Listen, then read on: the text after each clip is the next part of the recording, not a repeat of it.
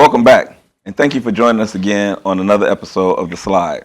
This podcast aims to normalize important topics that are required in our community, centered around subjects such as education, economics, politics, and justice. However, before we get into those more controversial subjects, we must establish a vehicle that will allow us to be safe.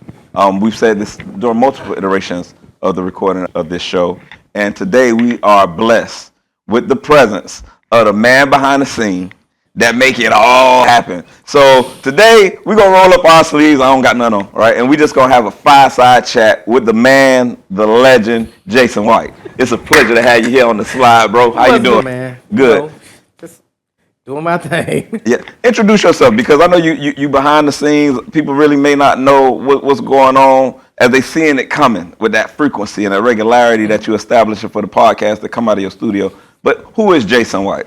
Well, let's see. I am a straight shooter. I believe I'd rather just tell you what you need to hear versus what you want to hear. I'm the person that's willing to figure out whatever issue at hand and work on a solution to solve it. I'm a father of 3, been married 29 years. Woo! Salute to you. Man, like I said, it's one of those people that just love to figure things out.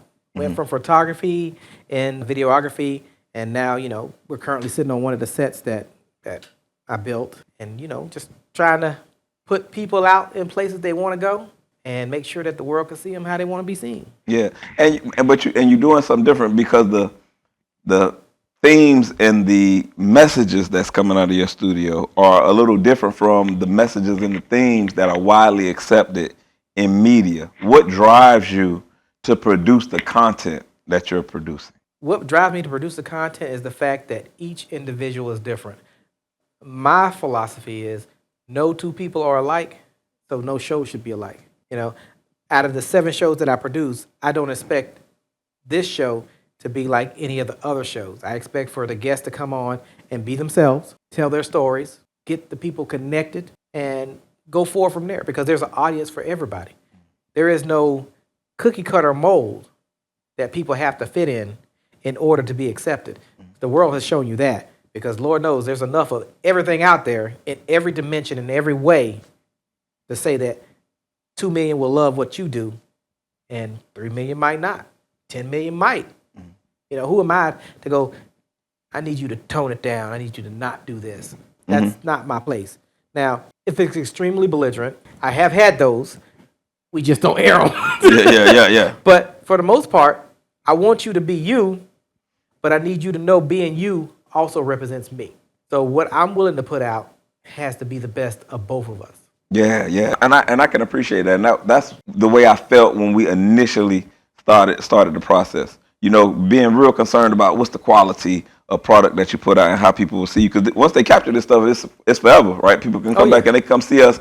And now we got a record. We're on record for what we thought, what we believed, right? And so just mind you, if I happen to offend over the course of these recordings, around and get successful 20 years from now, and it pulled me into a conversation where I have to engage with the Jewish community, the Hispanic community, the LGBTQ community, the political community, all of that, right? I said what I said and I meant what I said. It ain't nothing personal. We're on earth trying to figure it out. And as the descendants of enslaved people, stop trying to regulate what people say. You know what I'm saying? All y'all apologists, stop apologizing if you meant what you said. You know what I'm saying? In order to be able to make $1. Stop compromising your character for money. I mean, you got to look at it like this. If speech is free, why the hell you effing with me? Come on, man. Say that again. Now, if speech is free, why you effing with me? Come on, man. Because you effing with me because you sitting there in your emotions and your feelings, because you know what? That rock hurt. And if that rock hurt, go to the mirror, look in the mirror, and ask yourself what you need to do to become better. Because what I said should not offend you. Because at the end of the day, I don't care if you wanted the alphabet people. I don't care if you're not of the same denomination as me. I don't care if you're not of the same color as me. What I care about is your decency. Come on, man. The rest of that, that's on you. That's not that's not a me problem. Yeah. I ain't got nothing to do with your color or your sexuality. I could care less. Yeah. I could care less what you find attractive. Pretty much. I mean, I put it this way. If it took clothes to make you gay, then everybody in the damn world's gay. And then too, coming through the military and dealing with, those social changes, and I know right now we may be speaking passively towards the LGBTQ community, but you know, the things that happen in life, the things that a person understands, we may not understand them. We may not have been there. But you can't, once again, you can't go somebody else's journey. Yeah. Whatever journey they have to live it. And why am I here to judge you for that? And I want to love you and I want to accept you on your brilliance. Well, here's the key. I don't even gotta love you. Because quite frankly, I don't give two shits. You know what? Let's just throw out that Uno card. Personally, don't give two shits. Whew. But what I care about is, are you okay? Are you eating? Are you being presentable to everybody else around you? That's what I care about. I don't care who you go lay in the room with. I don't care what you did outside of what we talked about or what we did. Right. Because if you're decent to me, I'm decent to you. I don't care what your liking is. Yeah. That part is not a me problem. Because at night, what I do is not a you problem. Right. So with that, just live life. Because everybody accountable for whatever they did between them and whatever their belief system is. They ain't got nothing to do. Stay out of people's business. Like that's me. Oh, by far. When I go to a photo, take somebody's photo, I don't be like, hey, are you Indian? Or hey, are you black? Or hey, are you white? Or are you straight? Are you gay? I don't care. If you're paying me to take a photo, I want to take the best damn photo I ever took. I want to make sure I capture the emotions that you're trying to convey. So you'll want to come back. But we live in a world that's so captured by divisiveness, right? How do we bridge those gaps? Like, I believe that media is a bridge. But what's your thoughts? How do we bridge that divisive gap that it seems like everything in society want to be able to separate and put people in the silos? You can't bring people together until they want to be brought together. As much as we preach, we all need to come together. You can't come together because in the same time of preaching that, you're also preaching that everybody's a winner. If everybody's a winner, who the hell is losing? I mean, let's be realistic. Yeah. You know, the graveyard is full of everybody's a winner. The jail is full of everybody's a winner.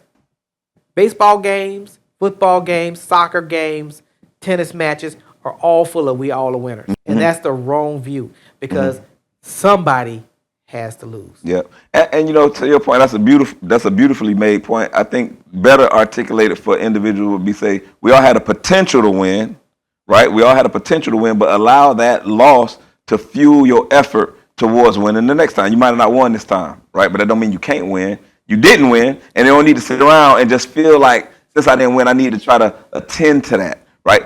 Analyze what it is, get better, go harder, keep trying. Right? Don't quit, and as long as you don't quit, then you'll be fine. But we don't need to be.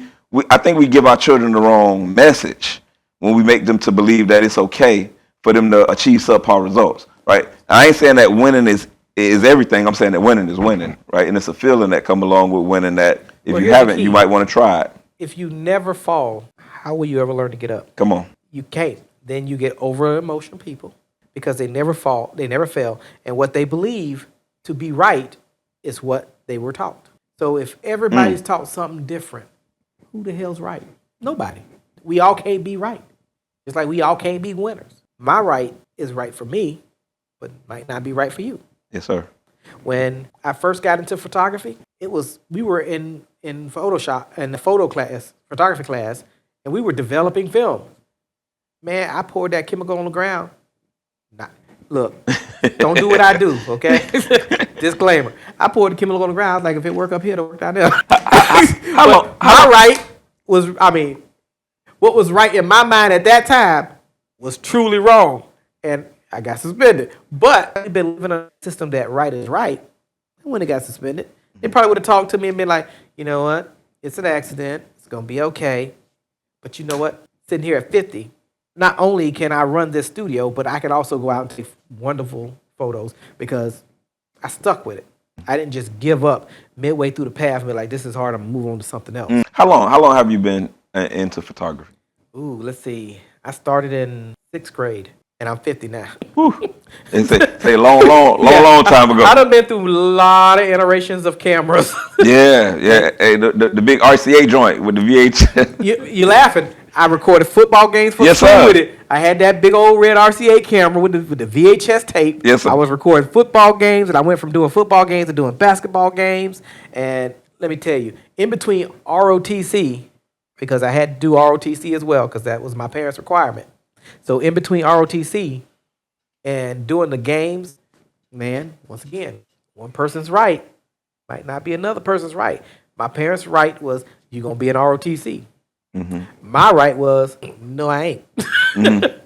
So they right one because I was in ROTC. They right one because I did my 4 years in ROTC, and outside of ROTC, I still was able to be a part of the AV club and do stuff at the school. So once again, one person's view, it might not be the next person's view, but you have to figure out how to make something work for you. Because I could have just said, you know what, I'm going to give up on videos and photos. I'm going to give up on all that and just stick with the ROTC thing because that's what my family's pushing. I mean, they were pushing it so bad that one of my grandfather's sergeants got a job at the school teaching it. So your family wanted you to go into the military? Oh, yeah. Oh, yeah. And when I went and applied for the Coast Guard, they were pissed. I ain't even got no shot. I ain't got no smoke for y'all people on the Coast Guard. I ain't got no smoke for y'all people on the Coast Guard. I'm sure y'all do something. I ain't really sure what it is, right? But I know y'all Coast Guard people do something. But, you know, even then, my view of joining the Coast Guard, it was a little bit for alternative purposes. I was like, oh, shit, I get to ride on the boat. I get to shoot drug dealers. I get to get big bales of cash. Yeah. Hey, listen, I'm trying to pull one of the things out of the water. Pull me old bell out of the water. Look, I had a jaded vision of a false reality. Yeah. Of what it was to be in the Coast Guard, because talking to the recruiter and his reality of what the Coast Guard was didn't meet my reality of what the Coast Guard was. Man, it's crazy because you know you got a generation of individuals, and that's how we made decisions, life decisions, based on our impression of things, and sometimes we was off, right? And I was way off. But it ain't hinder you, right? So what field are you in today? Because I know Right your now, podcast. But what other field are you? Right What now, else do you do? I'm in cybersecurity. So you're only what you want to be. You're not what you learn. You're not what you start out as. You're where you end. And my book ain't done. That's right. So whether it's photography, whether it's I owned a custom car shop. I painted custom cars for 8.5 years. I built custom cars for 8.5 years. You're where you want to be, not where you're going to be. So if you're complacent and happy where you're at, the worst things I think I hate to hear is, this is all I know. That is the worst thing people can ever tell me is, that's all I know. Because that tells me you giving up. Because you could be anything you want. When I moved out my parents' house, man, look here. I moved in, my girlfriend moved in, which is now my wife. Boy, I thought I was a G. And then my wife's like, well, I back then she was like, I want to go get my hair done. I was like, girl, I ain't paying nobody to do your damn hair. I'm gonna do that shit myself. Man, let me tell you. I learned, and then I was doing her hair. Then her mom's like, can you come over and do mine? I was like, nah, I ain't one of them boys. No. Yeah. I started paying somebody else to do my wife's hair. Yeah. I was like, nope. I did her hair for probably like 6 months. And then her sister and her mama started asking. I was like, nope, not gonna do it, baby. Nope. Hey, so you got many talents.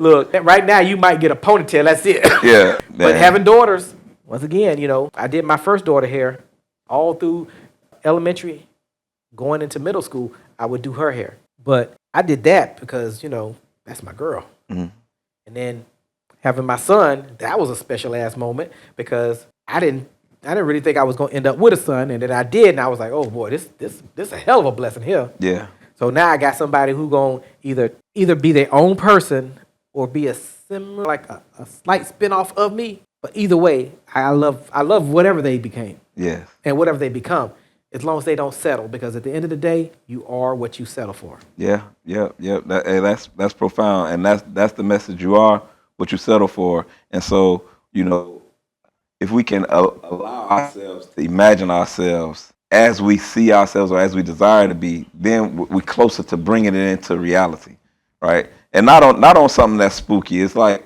you got to be able to sit back and you got to look and you got to analyze yourself and say, what skills am I missing? What do I need to do? Where can I improve? You know, as somebody who dropped out of high school, I realized early in the game that I was going to have to, at some point, learn something because I knew that I didn't know enough. And so I picked up books and I just started reading. I read everything I could get my hands on. You know, that with that first foray into reading being, you know, around those self-help, socialist type books that would inspire movement and help me to regain a sense of identity and pride. But then when I got a little older, I realized, okay, now I got to research. I got to do something about these skills because I don't have no skills, right? And the process or the purpose and the movement is good, but if I can't contribute to it because I have no skills to be able to help establish an infrastructure or a school system or a justice system or anything that we need to do in order to a training system in order to be able to improve then all I'm doing really, I'm just pontificating and just running my mouth. And that's not the best feeling. I want to know when I get ready to leave out of here or when I pass my usefulness that I've done everything that I can in order to be able to make life better for my grandchildren. My children, hey, I love y'all. You know what I'm saying? Boy, but I did the best I could with you. Right? You're going to have to figure this thing out from where y'all at right now because y'all up. Right, but them grandchildren that's coming in back of them, can we equip them with a school? Can we equip them with access to jobs and training that's going to allow them to have a better life than us? I think that's how I want to spend the rest of my life, working on building systems that will allow our children to have the things that they need so they can have the life that they deserve. Because we thumbed our way through, we figured it out. You know what I'm saying? Right. We figured out, we did our best we could trying to figure this thing out too. You know what I'm saying? Some of us went to the military, some of us went to the streets, some of us went to school and got lost in corporate America. Everybody is trying, I believe the desire is the same in order to be able to figure out how to make our environment better. And so that's why I celebrate men like you making platforms available to inspire the thought of individuals and pique their imagination so that they can see that it's more that they can have if they just apply themselves. I mean, it is. You think about it like this. When I moved out my parents' house, I moved out at 18. I had my Jeep Cherokee. I went and pawned all the shit inside of it so I can go get some cleaner products for the new apartment. And then I traded in, got me a Cadillac Fleetwood. Talk about that Fleetwood. Man, that POS put me on the side, put me on the sidelines. Next thing you know, it's almost 3:30 in the morning. I'm walking through the damn cow field just to get to work. But you know what though? I did it. Yeah. Because one, rent got to be paid. Yeah. Two, yeah. I just don't have that give up mentality. And three, I don't feed energy into other people's negativity. So if you're fussing at me, I don't care. Because 9 out of 10, I probably think, where the fuck I get me some pizza? And then when you done, and I realize you done, I come back and be like, all right, what we need to do to fix this? Because I've always had to fix and find a way to make something happen. I mean, we walked through that field. Me and my wife walked through this cow field off of Powers Avenue. It's apartments now. We walked through this cow field for damn near almost a year to go to work at Publix, her working at McDonald's. I worked at Ryan's Steakhouse as the busboy. But struggles don't make you better. It's the lessons you learned that makes you better. Because you can struggle and keep struggling. But if you never learn a lesson from it, you ain't going to never change. Boy, that's powerful. Consider that because struggle is ordained. Everything in creation have to struggle. But to your point, and that's a beautiful point, the struggle is structured for you to learn. It is. It teaches you, if you don't like what's happening, change it. If you can't change it, you didn't want to change it. Because can't is not a word that makes sense. Do you believe I could change you? All day. I believe that you could change me in the fact that the one thing that a lot of people learn is what's called light switching. Light switching is the ability to go into a situation and adapt, no matter whether it's an all-black situation, or all Indian, all white, all Israeli. No matter what the situation is, we inseminate ourselves into it and adapt. I learned this at 10. Once you learn it, you can adapt to wherever you're going. I don't need to be the flashiest person in the room. I don't need to be the loudest person in the room. My prices are my prices. They're either for you or they're not. And I'm okay with the fact that they might not be. But that don't change me. Because something you have might not be for me. You have a unique perspective. Because I was playing chess. I was thinking that I was going to ask you if I could change. I thought you were going to say, hell no, you can't change me. No, you can. Because you have to be moldable in today's society. A person that can't be changed is a person that can't grow. You can change me in the simple fact that there are experiences in life that you've lived that I have not. So I would be a fool to close my eyes into what you can teach. I let a dude who got out of jail at a gas station teach me. Ironically had the same name as me. Had I not listened, I would still be driving that all-black SJ6 with at least 2 to 3 pounds of marijuana in the back of it, talking about I'm going to Daytona to sell it. But this dude told me to my face, he's like, I'm telling you, I know exactly what you're doing. I was you. You need to change. And he said, what's your name? I said, what's your name? I ain't just giving you my name out. Could you just clean my car? He was like, my name is Jason White. I was spooked like a motherfucker. I went back and got rid of them damn bricks. Got rid of the bricks. Was going to Daytona, the car broke down, got rid of the car. I was like, yeah, it's time to make a change. We got my nephew. We had him for a little while, and then we had our own kids. Yeah, no. A person that's not willing to change will repeat history as a failure because they're too hardened to understand that success and growth comes from change.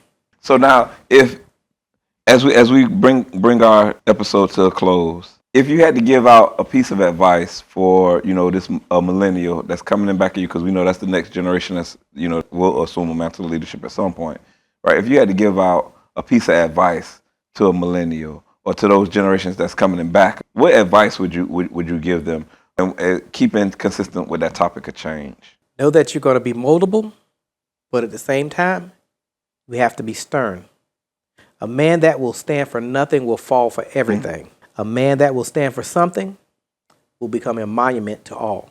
Thank you. We are in a season of change, and as we walk this road towards change, realize that the experiences, the people that you meet along your journey add value to you. You are the star of your own movie. You're the star. Everyone who comes into your life, everyone who you experience, they play a role, they're a character in your motion picture.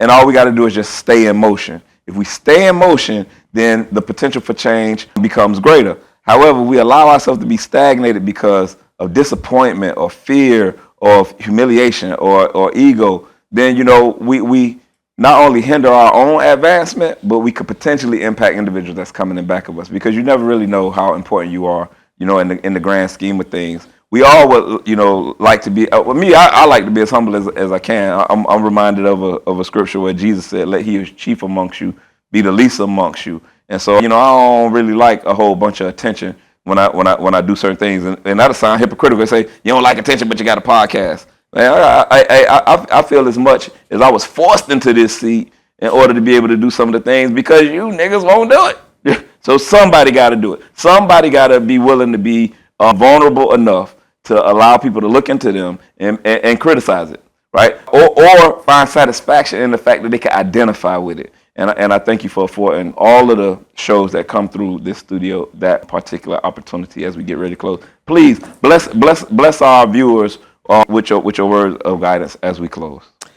My words of guidance would be, don't be afraid to fail, because the only failure is failure that has not been achieved, because you have to fail in order to succeed. I've sat in a room with people who make 7 and 8 figures and was not impressed. Not by the fact that they made those 7 or 8 figures, but by the fact that people don't see behind the scenes.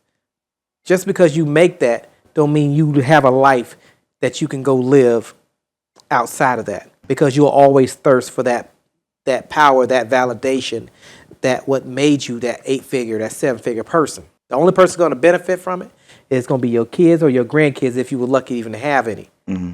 And they're not going to care about the work you put in. So do it because you love it. Do it because it was your driving factor.